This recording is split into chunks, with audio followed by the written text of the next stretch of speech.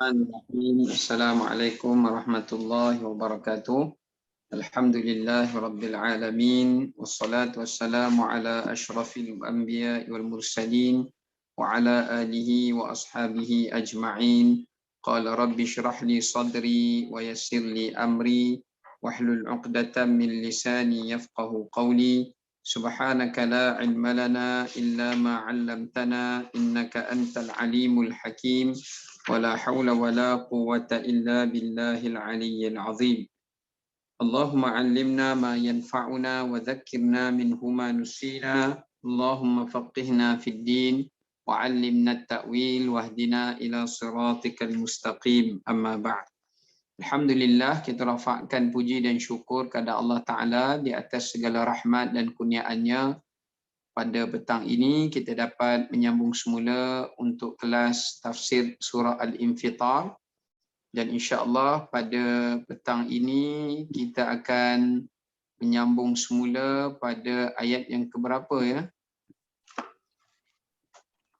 Ingat dah saya pun. 9 ke? Ayat 9 Ustaz. Ayat 9 kan? Ya. Okey, baik. Jadi saya akan bacakan ayat yang ke-9 ya. A'udzubillahi minasyaitonirrajim. Bismillahirrahmanirrahim. Kalla bal tukadzibuna biddin. Yang bermaksud sebenarnya tidak ada yang memperdayakan kamu, dan sekali-kali tidak, wahai golongan yang ingkar. Bahkan kamu sendiri yang tidak percayakan adanya hari pembalasan.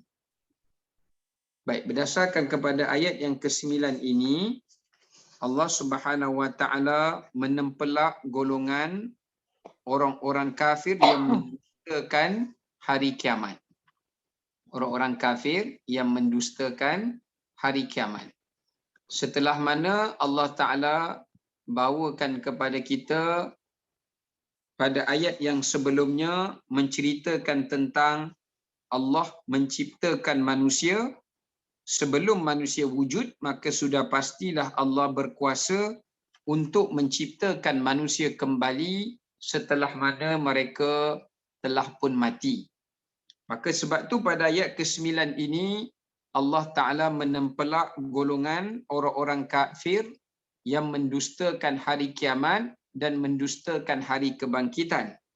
Iaitu Allah menyatakan tidak sesekali. Maknanya janganlah kamu, ada dua perkara dekat sini yang ulama tafsir daripada perkataan kalla. Pertama, kalla di situ, janganlah sesekali kamu mendustakan hari kiamat itu. Sebab daripada awal surah Infitar Allah cerita tentang peristiwa kiamat. Yang kedua, kalla di situ merujuk kepada amaran, janganlah sesekali kamu mengkufuri nikmat-nikmat yang telah memperdayakan kamu sehingga melupakan kamu akan kehidupan akhirat. Sebab kita dah bincang sebelum ni, ayat 6 sehingga ayat 8, Allah ada cerita tentang beberapa nikmat yang menjadikan manusia itu alpa dan leka dan lalai dengan kesibukan dunia sehingga mereka melupakan akhirat dan mendustakannya.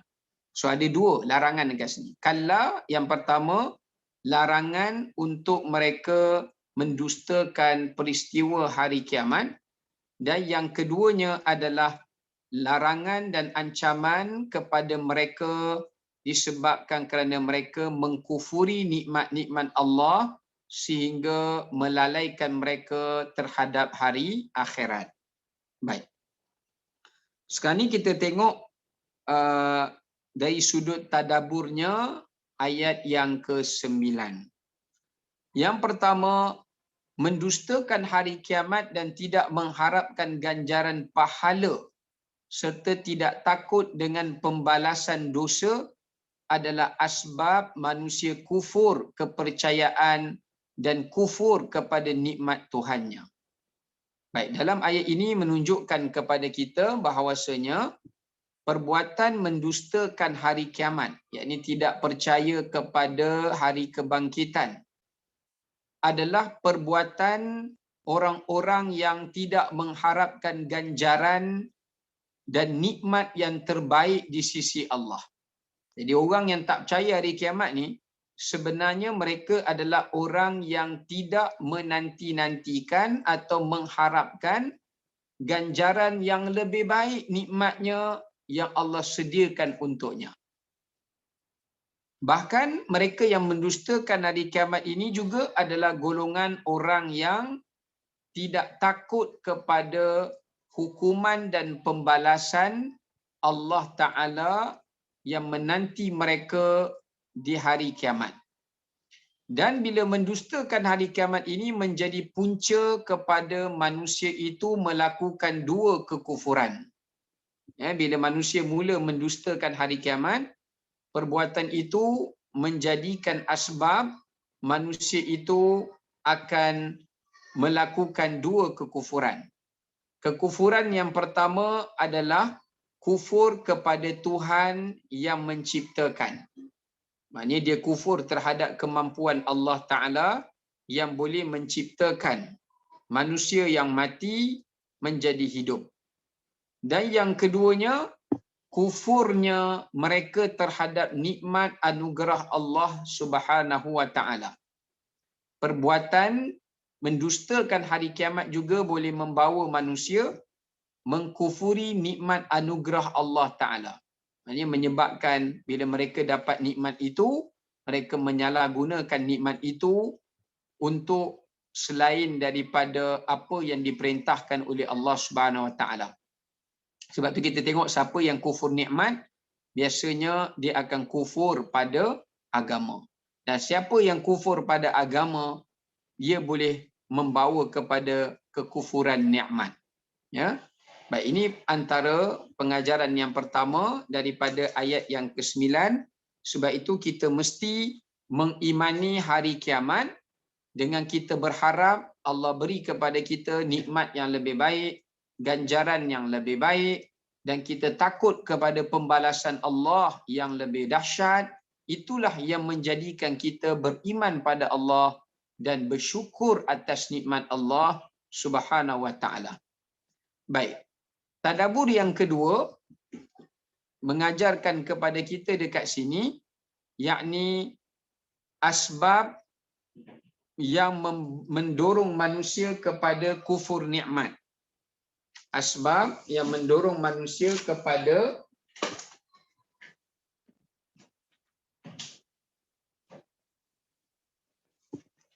asbab yang membawa manusia, mendorong manusia kepada kekufuran nikmat. Ya. Ini adalah pengajaran yang kedua daripada ayat yang ke-9. Sebab orang-orang musyrikin mereka mendustakan hari kiamat kerana berpunca daripada mereka itu kufur kepada nikmat Allah Subhanahu wa Ta'ala. Apakah perkara yang membawa manusia kepada kufur nikmat? Ada 6 perkara yang disebutkan oleh Al-Quran dan juga hadis Nabi sallallahu alaihi wasallam.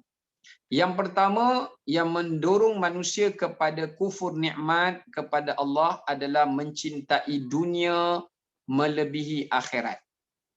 Bila manusia mencintai dunia melebihi akhirat, maka ia akan membawa kepada seseorang itu kufur kepada Allah dan juga menjatuhkan mereka kepada kufur atas nikmat yang Allah anugerahkan bagi mereka. Sebab tu cinta kepada dunia boleh membawa kepada kekufuran. Ya, sebab itulah baginda Nabi sallallahu alaihi wasallam ada menyebutkan dalam sebuah hadis, hubbud dunya ra'sun kullu khati'ah. Cinta kepada dunia boleh membawa penyebab kepada segala maksiat dan kejahatan. Dan sebesar-besar maksiat dan kejahatan adalah mensyirikkan Allah Subhanahu wa Ta'ala. Ya. Baik. Yang keduanya, kejahilan. Antara perkara faktor yang mendorong manusia hingga menjatuhkan mereka kepada kekufuran nikmat adalah kerana mereka itu jahil. Jahil yang melampau. Sebab itu Islam melarang kita kekal di dalam kejahilan. Kerana kejahilan boleh membawa manusia, asas kepada kejahilan yang pertama, mereka jahil kepada Tuhan yang menciptakan. Bila mereka jahil terhadap iman yang merupakan asas untuk mengenali Allah, maka ia akan membawa mereka jahil kepada segala perkara-perkara rukun-rukun iman yang lain dan akhirnya membawa mereka kepada jalan kekufuran. Sebab itu dalam ayat Al-Quran, Allah Ta'ala berpesan kepada kita untuk berpaling daripada golongan orang-orang yang jahil. Khudhil afwa wa'mur bil 'urfi wa a'rid 'anil jahilin.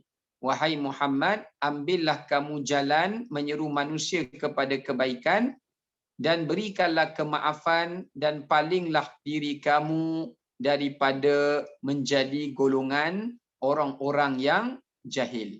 Ya, kerana jahil adalah menjadi punca kepada seseorang itu berada di dalam, kekal berada di dalam kekufuran.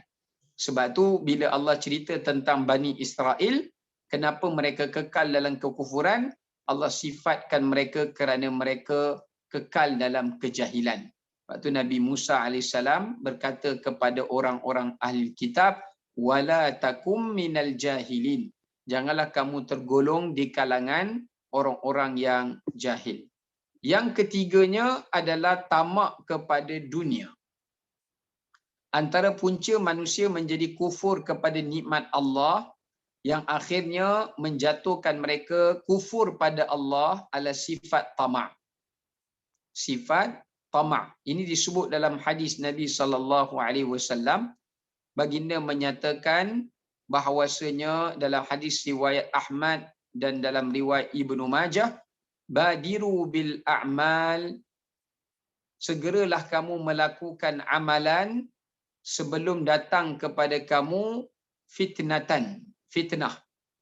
Antara yang Nabi sebut adalah wahawa muttaba', iaitu munculnya orang-orang yang menjadikan nafsu sebagai ikutannya. Dan antara yang Nabi sebut yang boleh merosakkan iman seseorang dan agama seseorang, wasyuhun muta', kata Nabi, iaitu orang tamak yang ditaati.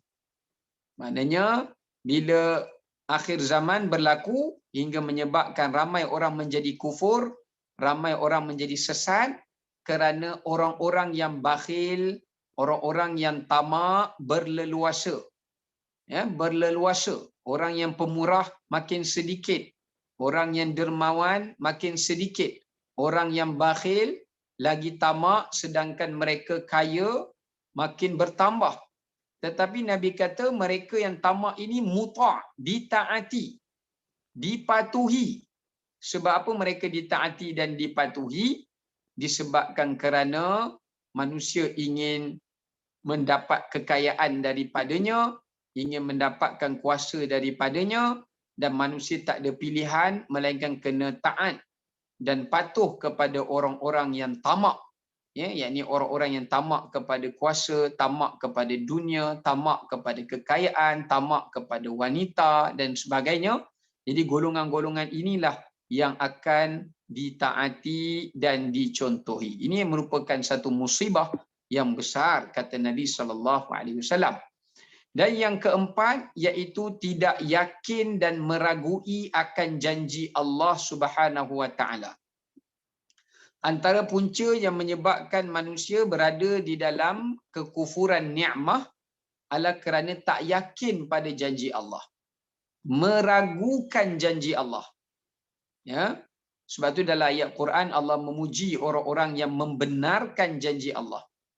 Allah Taala sebut dalam surah Furqan, Allah Taala menyatakan dalam firman Allah Subhanahu Wa Taala, faminhum man qada nahbahu wa minhum man yantazir wa ma baddalu tabdila. Allah menyatakan bahwasanya ada di antara hamba-hamba Allah sadaqu ma'ahadullah alaih. Adanya beberapa kalangan lelaki yang mereka membenarkan janji Allah untuk mereka. Faminhum man qada nahbahu, ada sebahagiannya yang Allah Taala penuhi janji Allah kepadanya.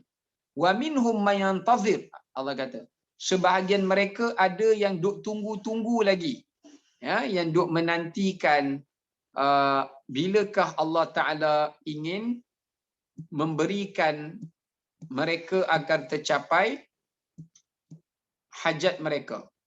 Ini bukan surah Al-A'raf, saya tersilap, surah Al-Ahzab pada ayat 23. Allah Ta'ala puja, Allah kata minal mu'minina rijalun sadaqu ma'ahadullah alaih. Di kalangan orang beriman ni ada yang membenarkan janji Allah. Dia buat apa yang Allah suruh, dia yakin Allah bagi, kemudian dia mati dan dia dah nampak dah yang dia dapat janji Allah itu, ganjaran Allah itu. Ada yang kedua orang beriman, dia benarkan janji Allah, dia buat apa Allah suruh, tapi dia masih menunggu saat kematian dia supaya dia dapat meraih ganjaran janji Allah Ta'ala itu. Ya, baik. Kemudian yang seterusnya, sebab tu orang yang apa ni, orang yang kufur nikmat ni orang yang tak yakin pada Allah. Ya, dia tak yakin kalau dia taat pada Allah, Allah akan balas kepadanya syurga ataupun pahala ataupun dunia yang lebih baik, dia tak yakin. Yang seterusnya, panjang angan-angan terhadap dunia. Antara sebab manusia menjadi kufur kepada nikmat Allah, pemberian Allah, adalah kerana mereka panjang angan-angan. Panjang angan-angan mereka. Impian mereka, angan-angan mereka itu menjadi panjang apabila makin bertambah umur mereka, apabila makin bertambah harta mereka, apabila makin bertambah keluarga mereka. Jadi impian dan juga angan-angan mereka akan makin berpanjang-panjangan sehingga mereka melupakan kematian dan mereka mengabaikannya dan tidak membuat persediaan menghadapi kiamat.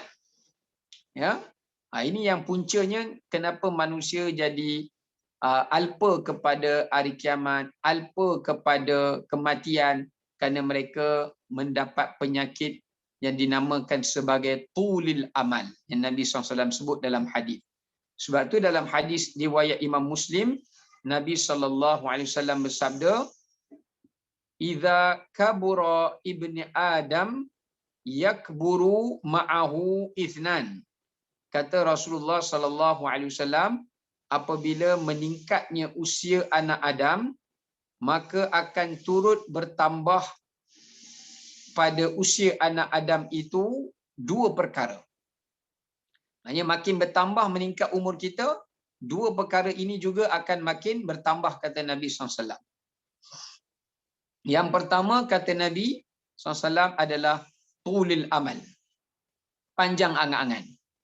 Sebab tu kita tengok bila umur kita makin panjang, kita mula berangan-angan yang kita masih boleh hidup lama, kita umur panjang, ya, kita sihat, kita lambat lagi nak mati dan sebagainya. Angan-angan. Bila dah rasa umur panjang tu, mulalah kita fikir tentang mengisi masa dan umur kita ni dengan perkara-perkara dunia dan mengabaikannya akan perkara-perkara akhirat.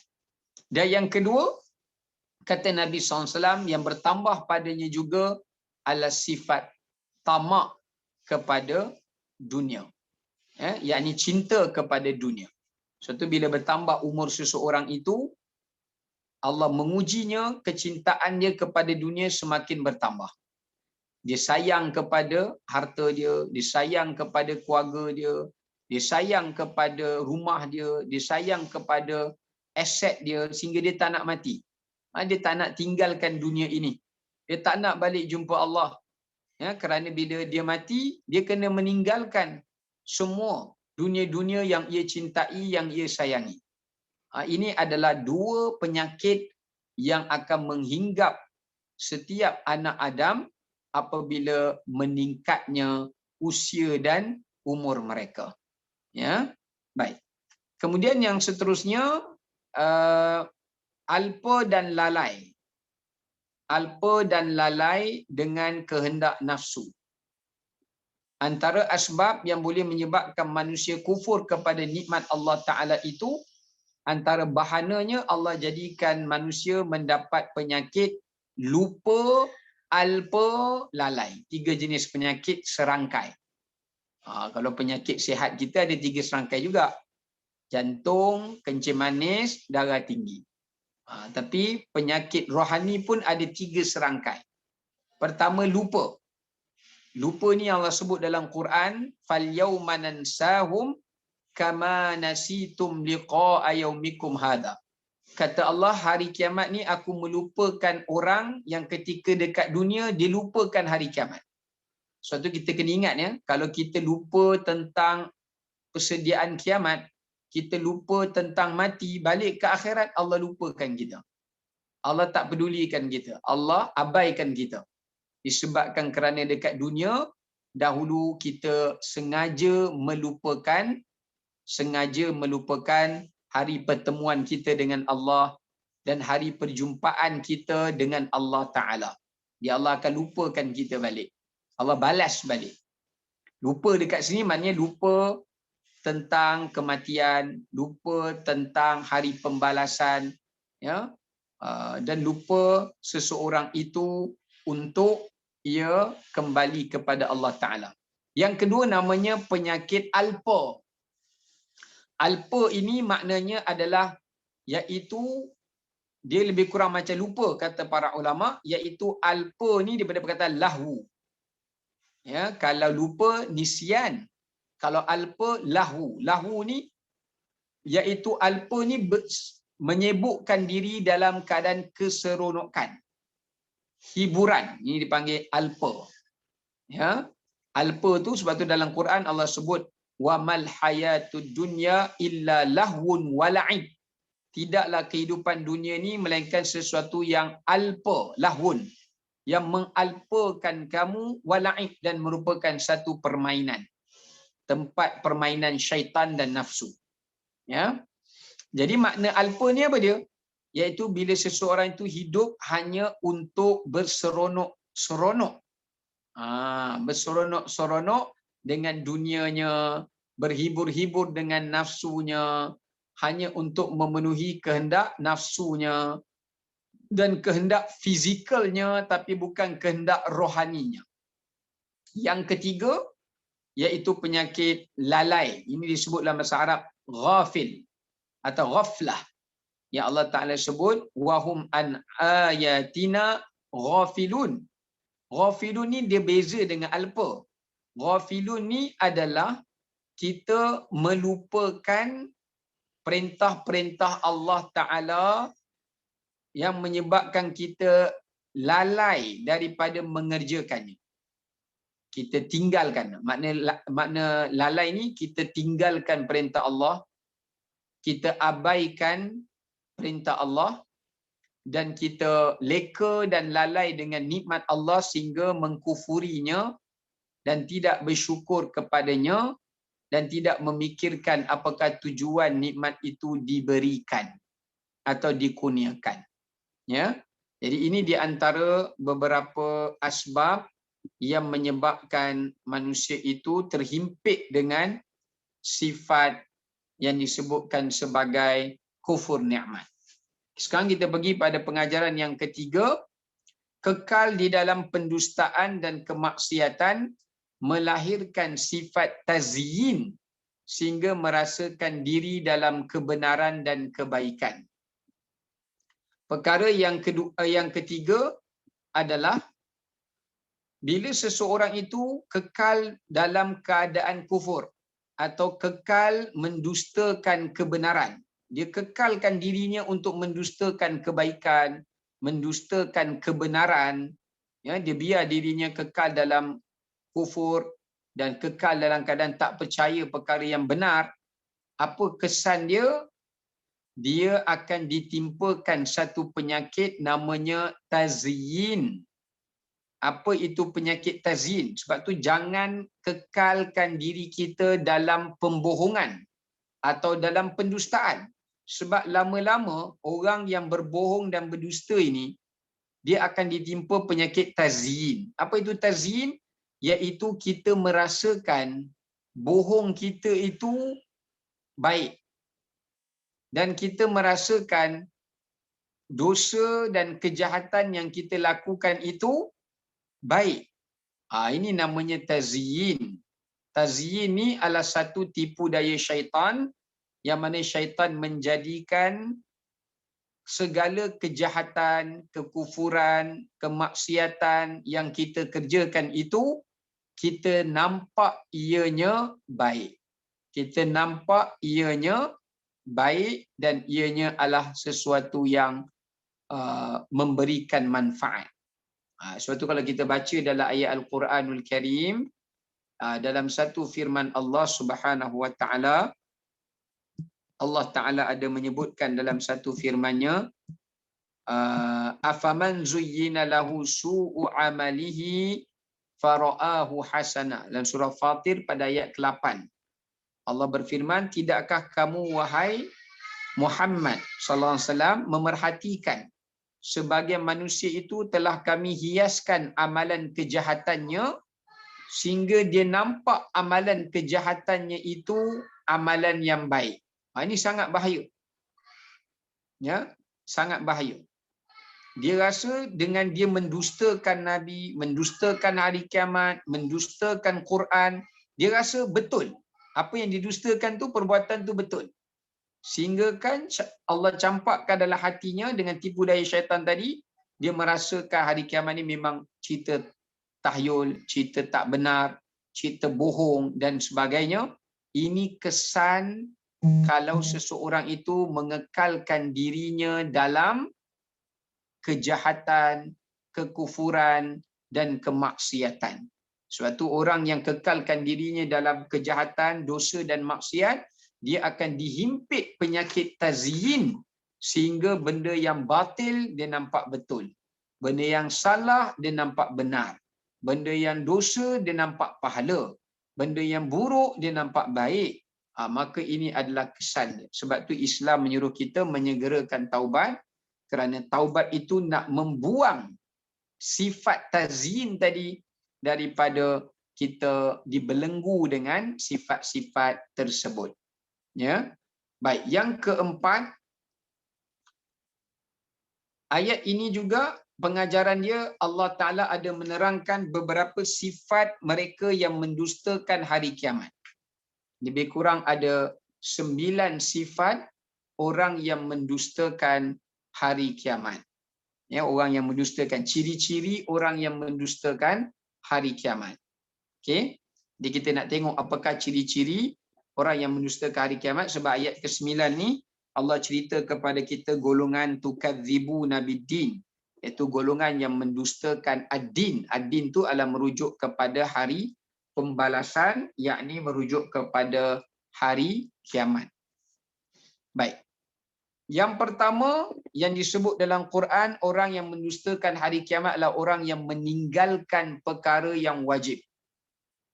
Orang yang meninggalkan perkara yang wajib. Sekejap ya. Kena makan asam sikit, ngantuk.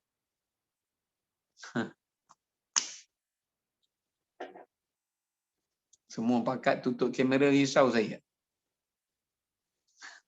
Okey. Mana tadi? Sifat orang yang mendustakan hari kiamat, yang pertamanya adalah orang yang meninggalkan perkara yang wajib. Kenapa? Disebabkan kerana apabila kita bangkit pada hari kiamat, perkara pertama yang Allah akan soal kita dan perhitungkan ke atas kita adalah daripada amalan-amalan yang wajib. Sebab tu sesiapa yang mengabaikan perkara-perkara yang fardu, meninggalkannya, meremehkannya, mengabaikannya, maka dia termasuk di antara ciri-ciri orang-orang yang melupakan hari kiamat. Kalaupun dia tak dustakan tapi dia melupakan hari kiamat, yang mana ia mirip kepada perbuatan orang-orang, sikap orang-orang yang mendustakan. Sikap orang yang mendustakan hari kiamat, dia tidak akan mengerjakan perintah-perintah Allah Ta'ala yang Allah Ta'ala wajibkan ke atas mereka. Baik, yang kedua, sentiasa melazimi perbuatan dosa dan maksiat. Antara ciri-ciri orang yang melupakan hari kiamat, menyerupai orang yang mendustakannya, adalah terus melazimi berbuat dosa. Dia tak nak taubat. Sebab apa?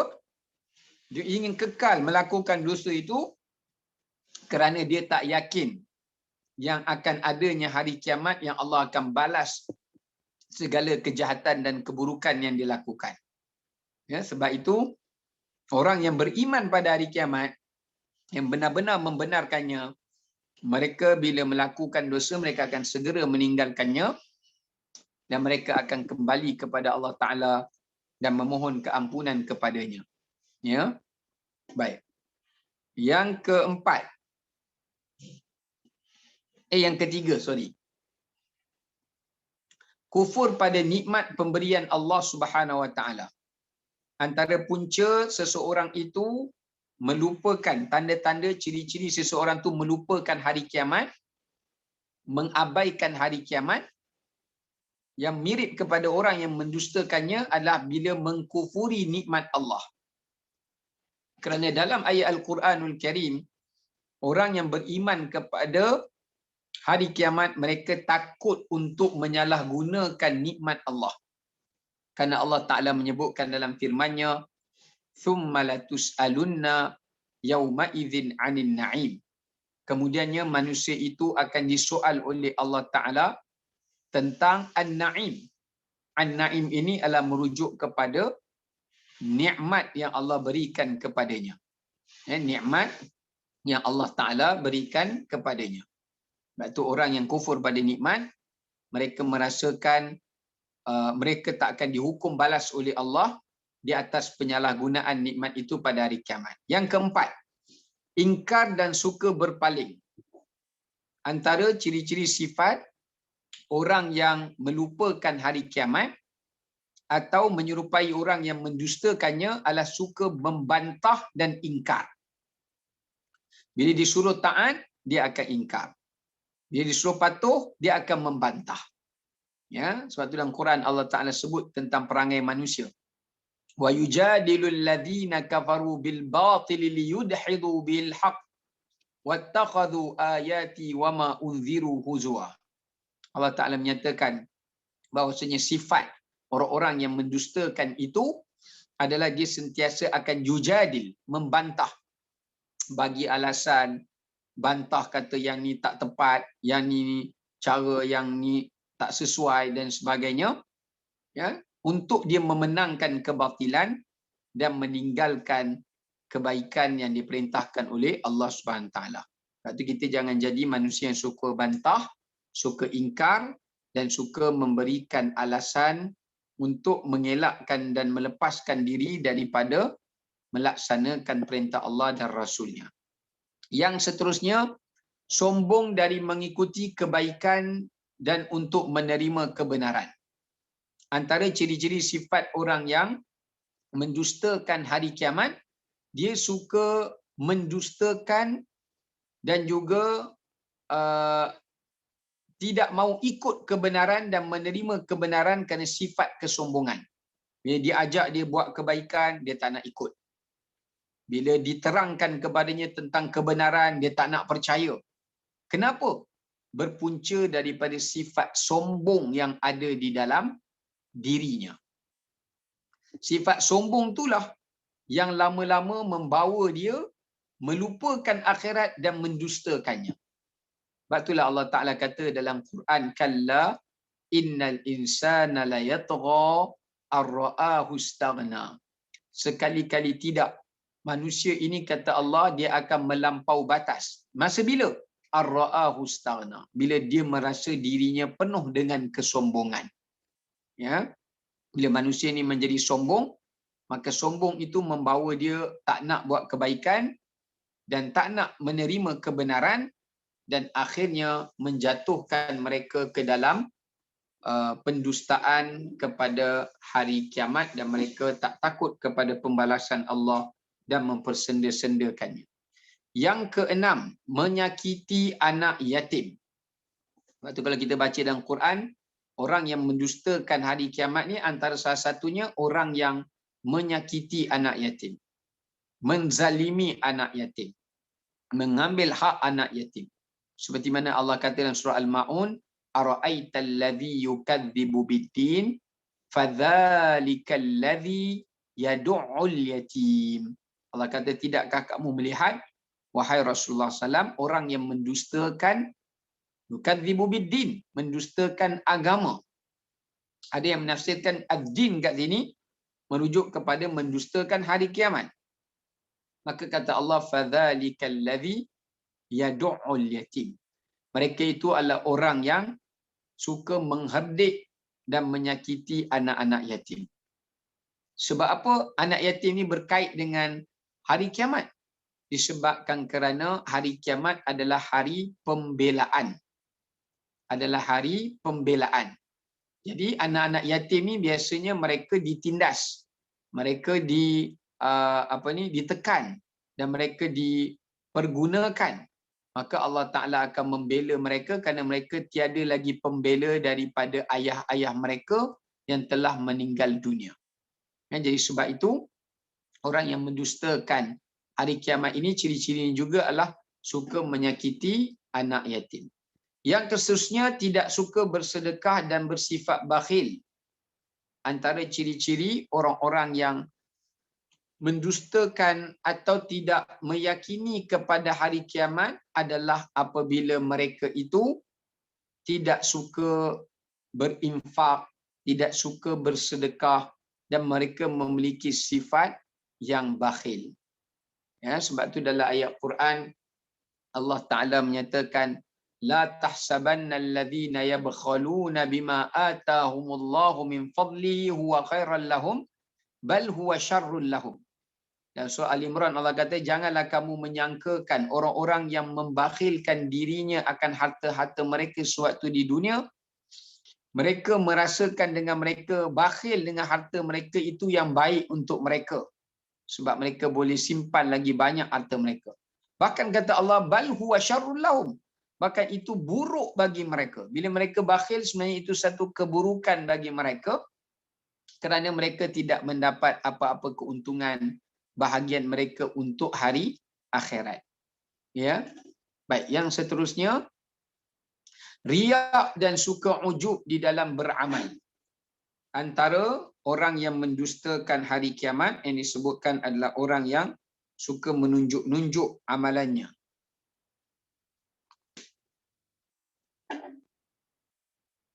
Orang yang suka menunjuk-nunjuk amalannya. Dan dia melakukan amalan dengan tidak ikhlas. Dia mengharapkan habuan duniawi.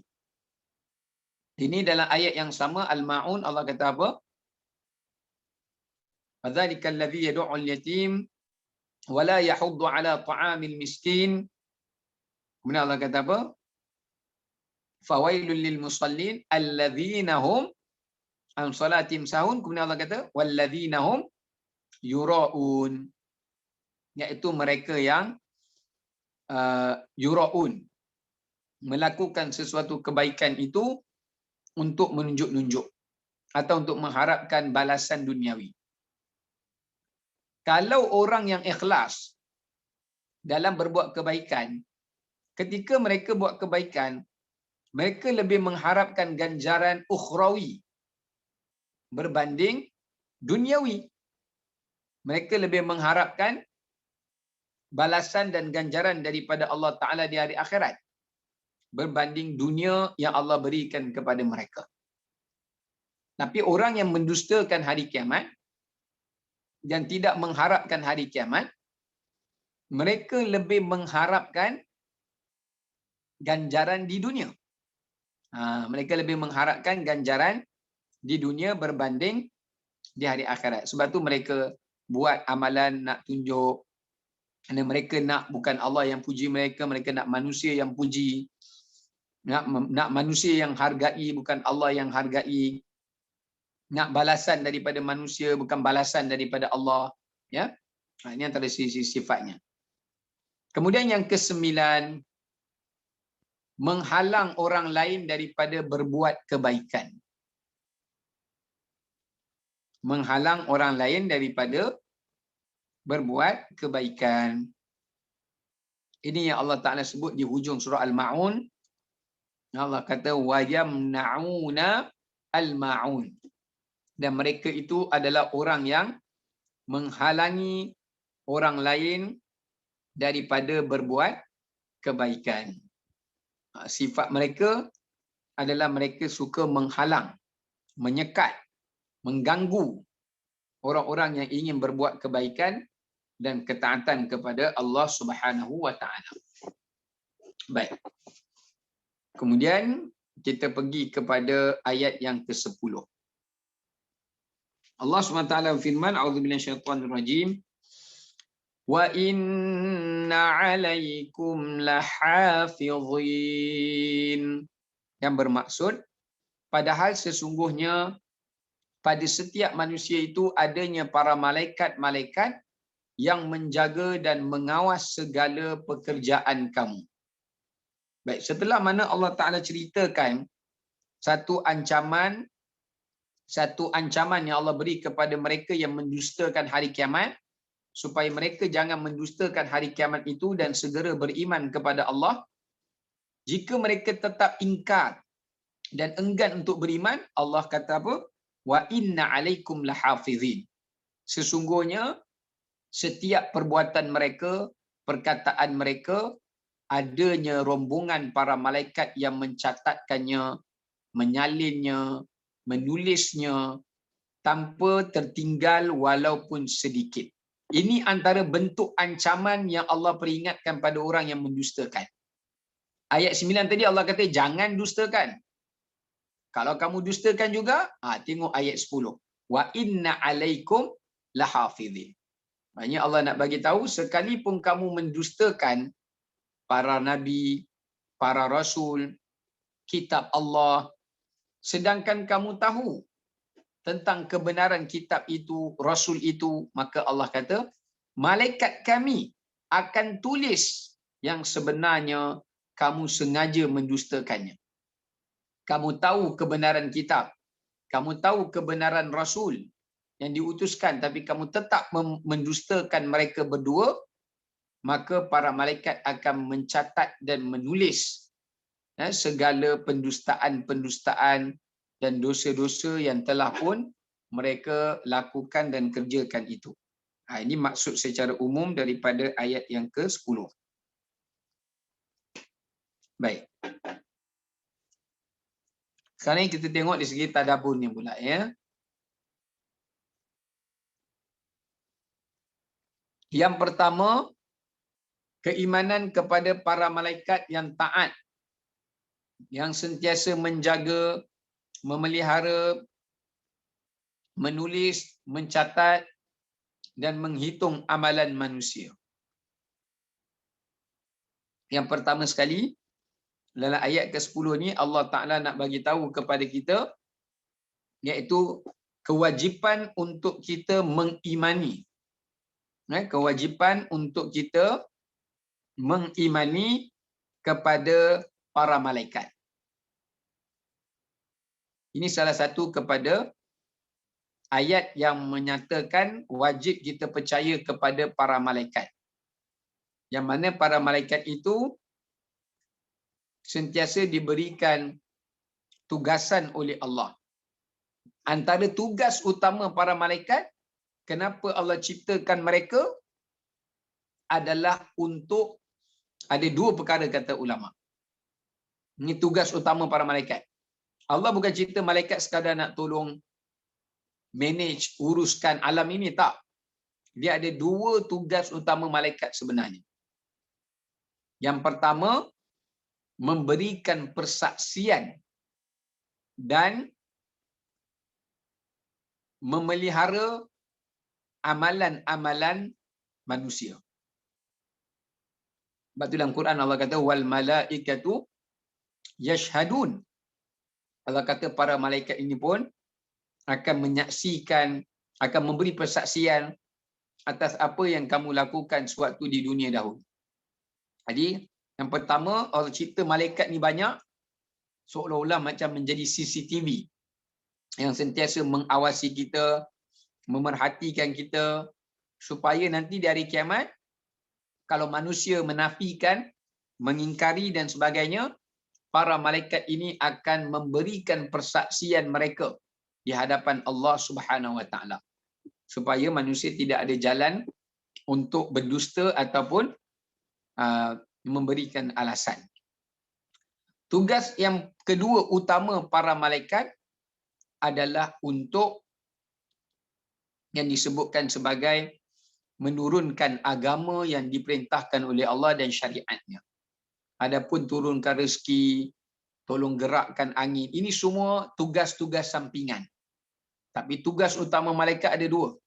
Pertama, iaitu nak jadi saksi dan nak catat, nak rakam setiap perbuatan manusia. Supaya kalau ada manusia yang mendustakan, malaikat kata kami ni semua pernah tengok apa kamu buat. Kami banyak. Kamu pergi ke mana-mana pun kami tengok. Manusia tak semua tempat dia ada. Tapi malaikat di semua pelusuk kita duduk sorang-sorang dalam bilik pun malaikat ada. Maka malaikat tugas utamanya adalah untuk memberi persaksian dan memelihara amalan manusia. Memelihara ni maknanya menyimpan, merekodkan, mencatatkan. Ya. Yang kedua, tugas utama adalah untuk bawa turun syariat, bawa turun agama, bawa turun kitab. Ya. Ini antara tugas utama di kalangan para malaikat. Baik, kemudian kita tengok pengajaran yang kedua daripada ayat ke-10. Setiap perkataan dari ucapan dan perbuatan yang dilakukan sama ada secara tersembunyi atau terang-terangan akan dihisap dan dibalas di hari akhirat kelak. Pengajaran kedua daripada ayat ke-10 ini memberitahu kepada kita setiap perkataan kita, sama ada perkataan yang sengaja kita ucapkan daripada mulut atau perkataan yang tak disengajakan keluar daripada mulut kita, kedua-duanya akan ditulis dan dicatat oleh para malaikat. Ataupun perbuatan, apa saja perbuatan yang kita buat, sama ada kita buat secara sengaja atau kita buat secara tidak sengaja, kedua-duanya juga akan dihitung, direkodkan, dicatatkan, disalinkan oleh para malaikat. Nanti malaikat hanya kerja salin dan catat. Soal Allah nak hitung, Allah nak hisab atau tidak, itu malaikat serah pada Allah Ta'ala. Kalau Allah kata, okey amalan ni aku nak hisab, maka akan hisab lah. Kalau Allah kata amalan ni tak perlu, maka tidak. Ini berdasarkan ayat Quran yang Allah Ta'ala sebut dalam surah Qaf. Allah menyatakan, ma yalfidhu min qawlin illa ladaihi raqibun atid. Kata Allah, tidak ada satu perkataan yang diungkapkan oleh seseorang itu walaupun tak sengaja, melainkan adanya raqib dan atid yang mencatatkannya. Lepas tu kita kena ingat, malaikat raqib atid ni, dia tulis semua benda yang kita tak sengaja cakap kerana terkejut ke, ya, ataupun yang kita cakap secara spontan ke, atau kita cakap secara sengaja ke.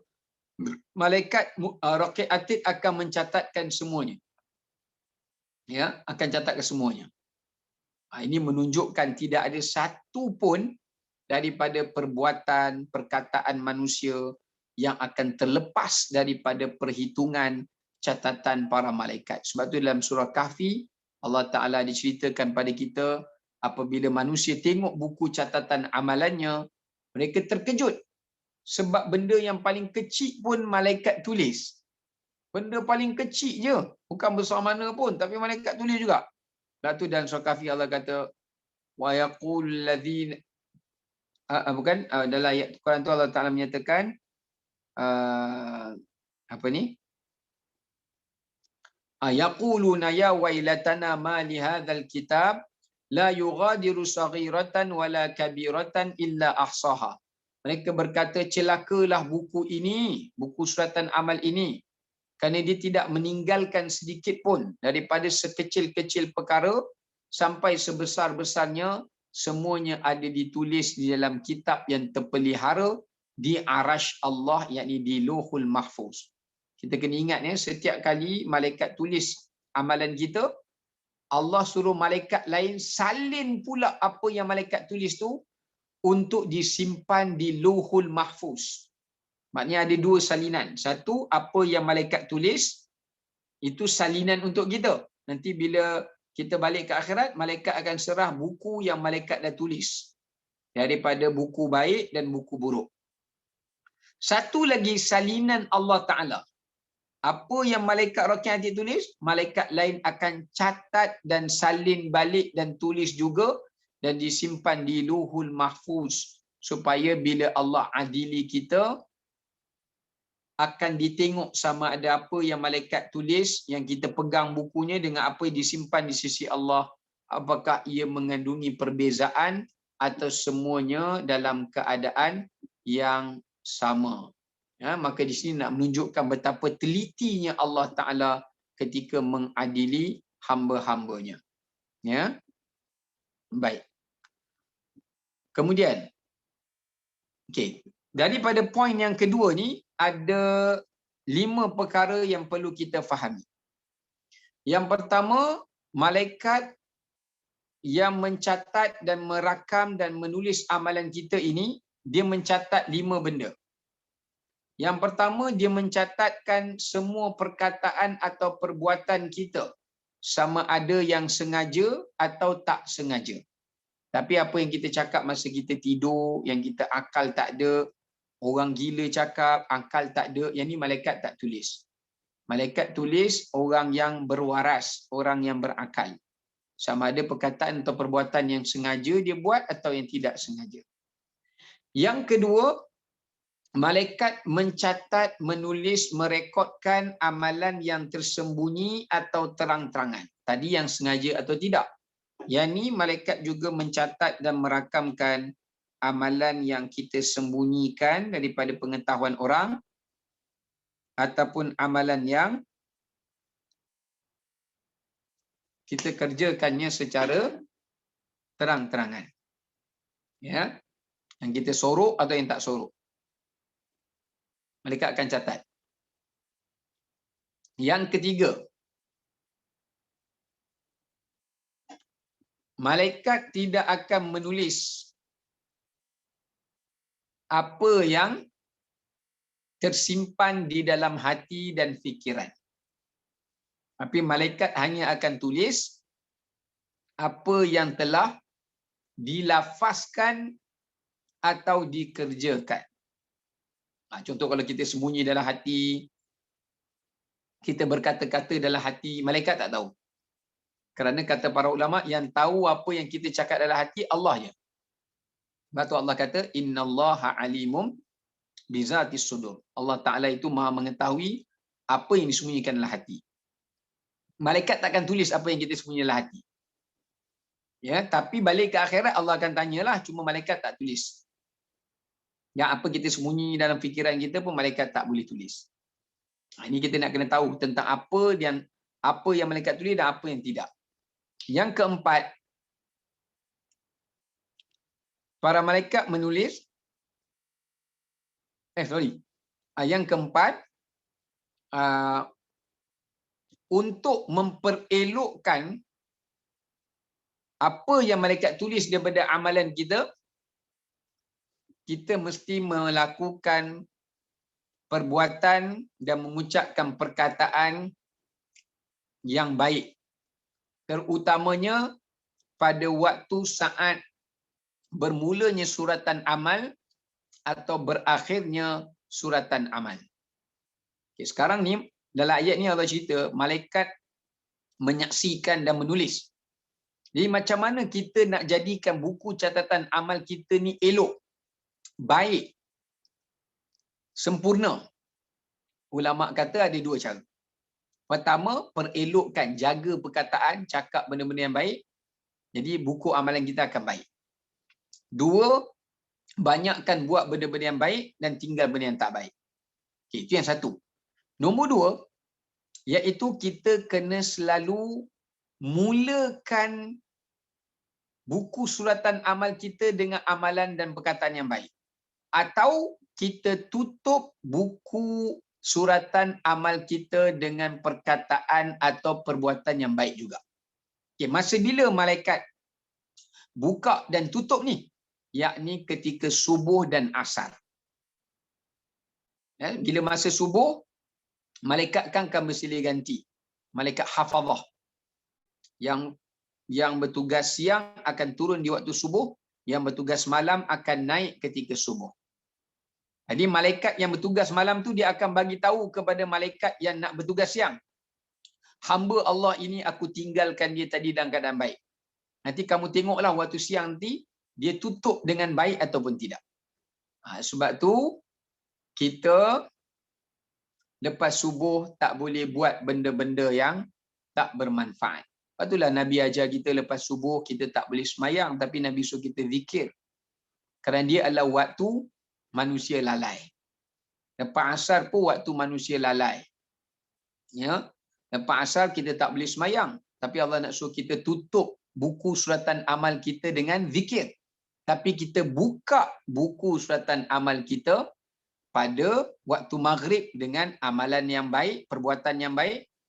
Pada waktu zuhur, pada waktu awal siang dengan duha. Lepas tu maghrib kena buat amalan yang baik.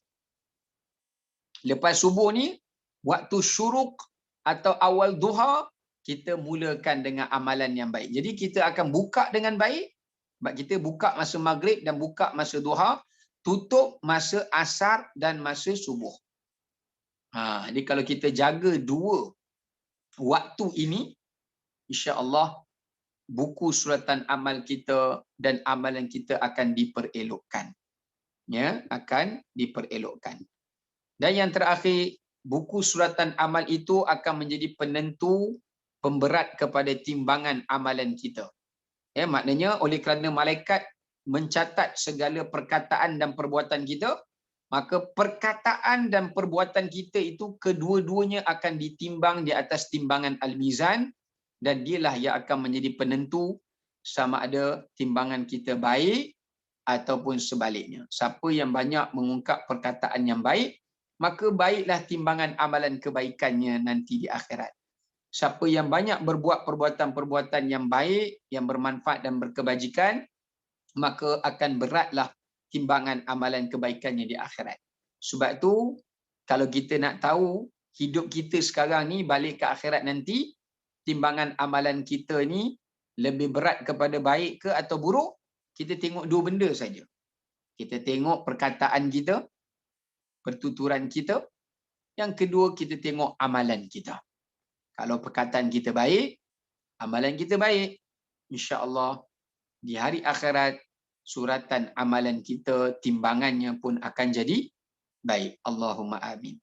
Baik, insya-Allah sekadar itu yang dapat kita kongsikan untuk petang ini. Kita akan sambung sikit lagi untuk sambungan ayat yang ke-10 dan kemudian kita akan sambung pada ayat yang seterusnya.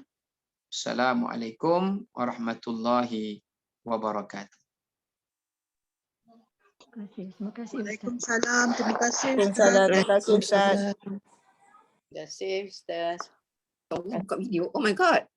Oh my god. Oh my god.